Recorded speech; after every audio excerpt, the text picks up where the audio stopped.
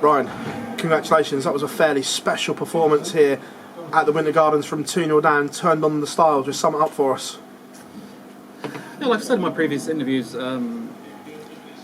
my results the last couple of months have not been great, and that's just due to the effort that I've been putting into my game, basically.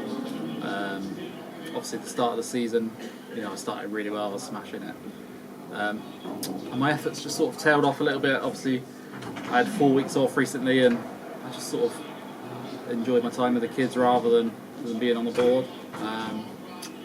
Sort of last couple of weeks, 10 days, I've been trying to put a bit more effort in. Me and Gary have been here the last couple of days practicing, as you know. I feel like the second day we were here, something sort of clicked for me a little bit. And the way I was practicing before my game tonight, I felt like I was going to get a 9 dart or at least one. They were going in that nice, just 180 after 180.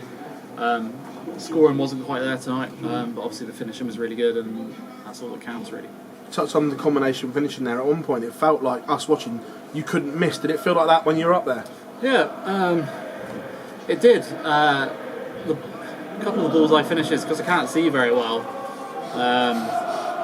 When I let them go, they sort of feel good, but I don't really know they're in until the caller calls them. So yeah, it's nice. Obviously, the 167 was big because I don't know what he was on, but it was low, and the 142 as well. He'd give it big. Did he hit 171 or something and leave 42 or something really low to get the 142? Yeah, that was kind of gearing me up a little bit to hit the big finishes when he was giving it the big ones. So it's nice when they go in.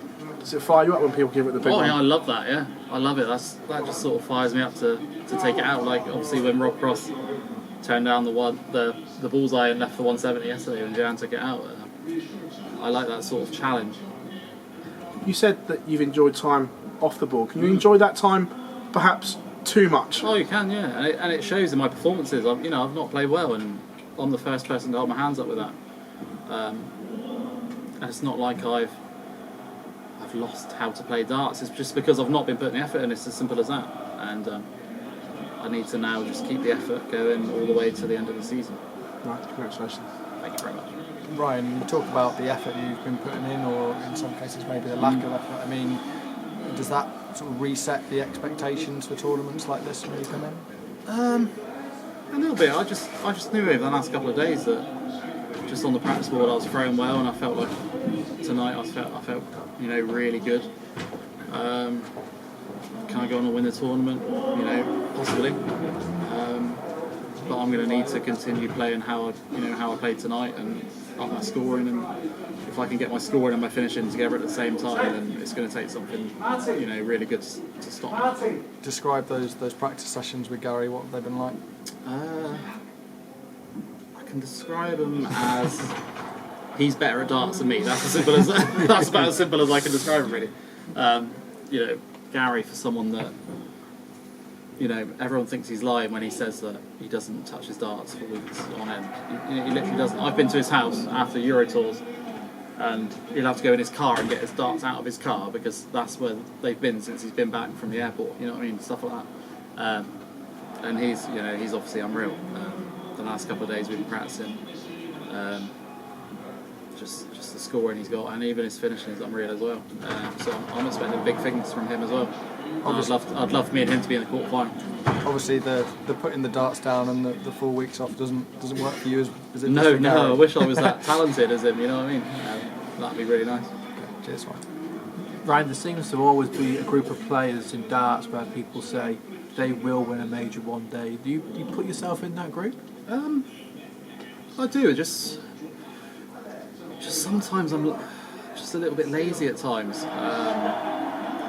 I'm not overly driven by success and money and everything like that. So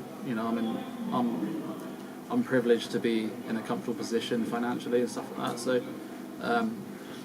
it's something mentally that I need to work on to get over the line in tournaments and stuff like that. But it's somewhere where in the future I want to be.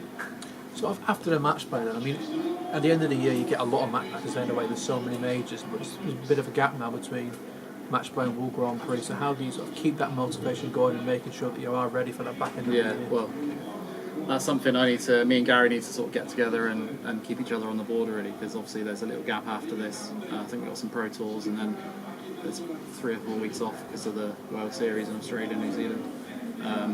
So me and Gary will try and get together.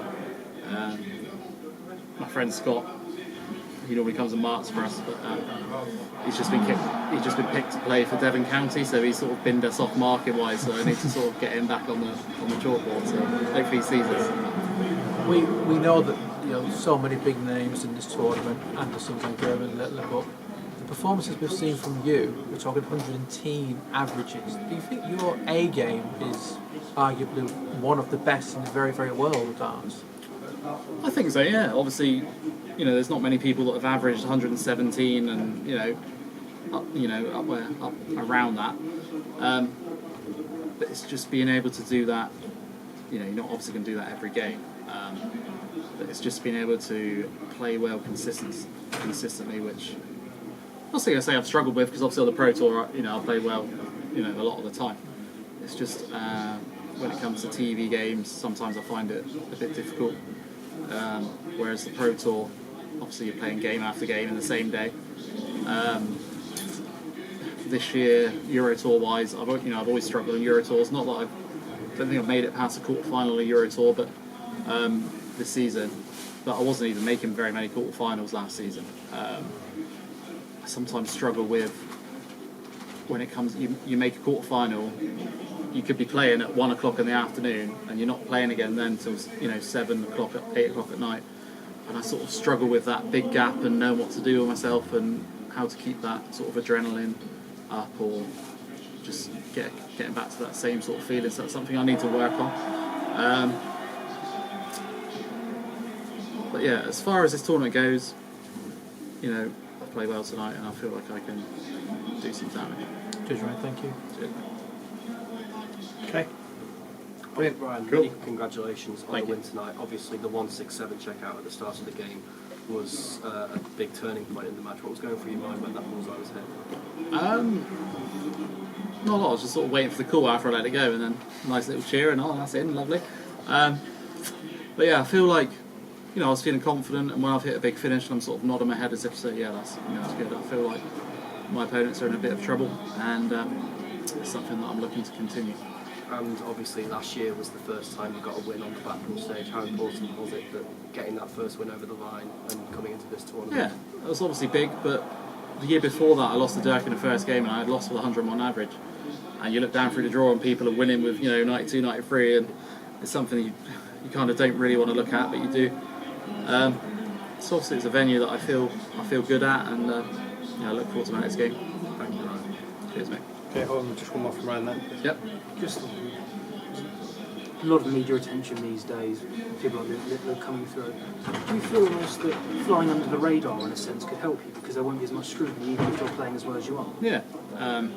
Obviously, Luke Littler gets all the attention, and I think it's well deserved. He's a phenomenal talent for his age, and obviously I'm just one of the older guys that just tries to sneak under the radar and just do as best as I can. Cheers, mate.